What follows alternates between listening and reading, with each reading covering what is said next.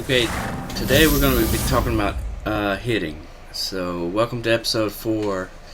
Um, we're going to be focused on the PCI hitting and how to be a better hitter, and especially if you're struggling with it. So on screen, I just showed briefly the controls of PCI hitting. It does require, at first, for beginners, a little bit more hand-eye coordination, but it's very rewarding once you begin to master it. This next clip is what I advise y'all to do, is experimenting around with different hitting views inside of practice, so that you can get a feel for what works better. Is the camera zoomed in better for you to see the ball and its trajectory and to be better at hitting, or is it better to be zoomed out according to your eyes? Because all our eyes are different.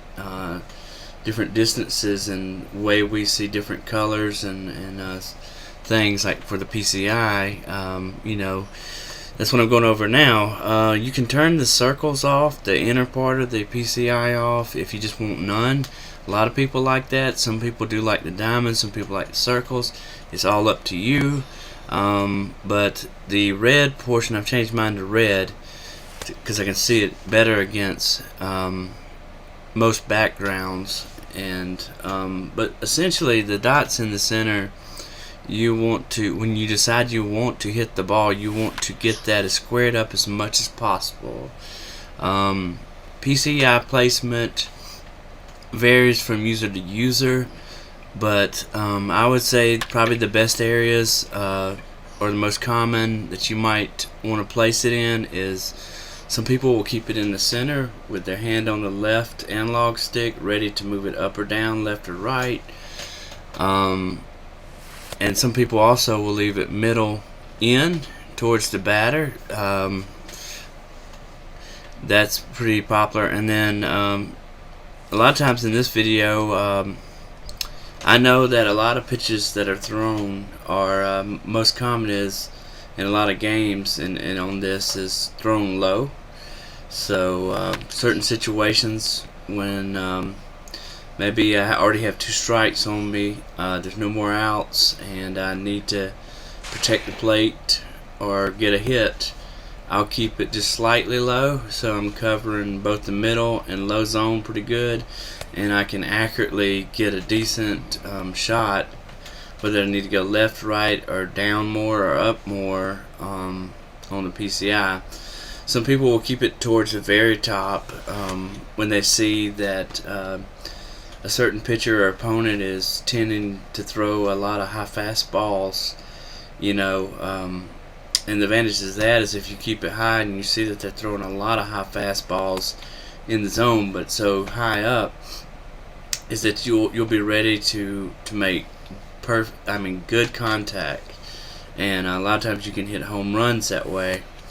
The only problem with that is overcommitting that high in the zone like that, is that you leave yourself vulnerable to, if they throw it towards the lower zone, and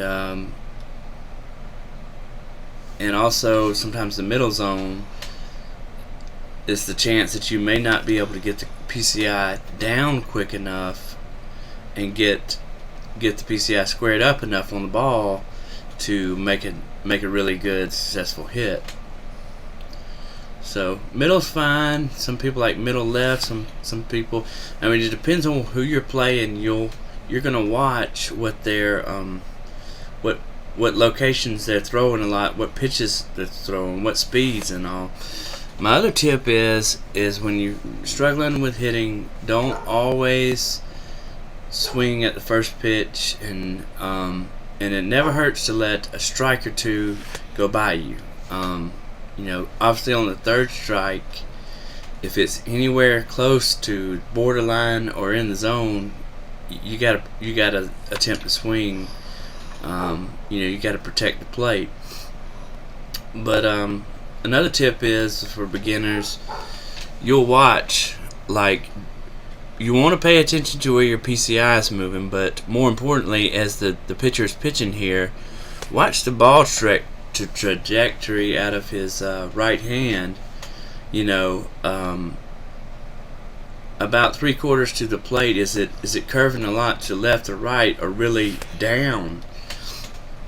And that little second that it comes from his arm to the distance to the plate, that's going to determine the likelihood of whether or not you're getting a breaking ball, or a pitch way out of the zone, or a borderline pitch. If you see it curving a whole lot, you might just want to lay off more of those pitches. And then also you can tell by watching the pitcher's hand and that throw, that distance to the plate. If it comes straight and fairly center, and you can also watch his wind up. Different pitchers, if they tend to kick the speed in which they kick their knee up and bring their elbows back and come forward with their arm, if that's really fast compared to their breaking ball pitches, you pretty much know that likely, if it's in a good location, you're getting a fastball, which is kind of what you want to hit the most of. It's easier to recognize a fastball because they do not break.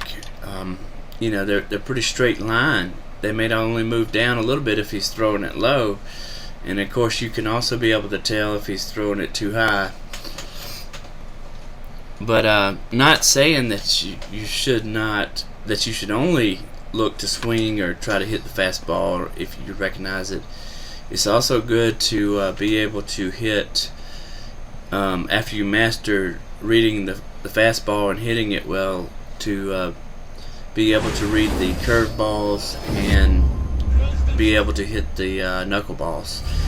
Alright, that's it for today, guys. Hope you liked and enjoyed it. See you next time.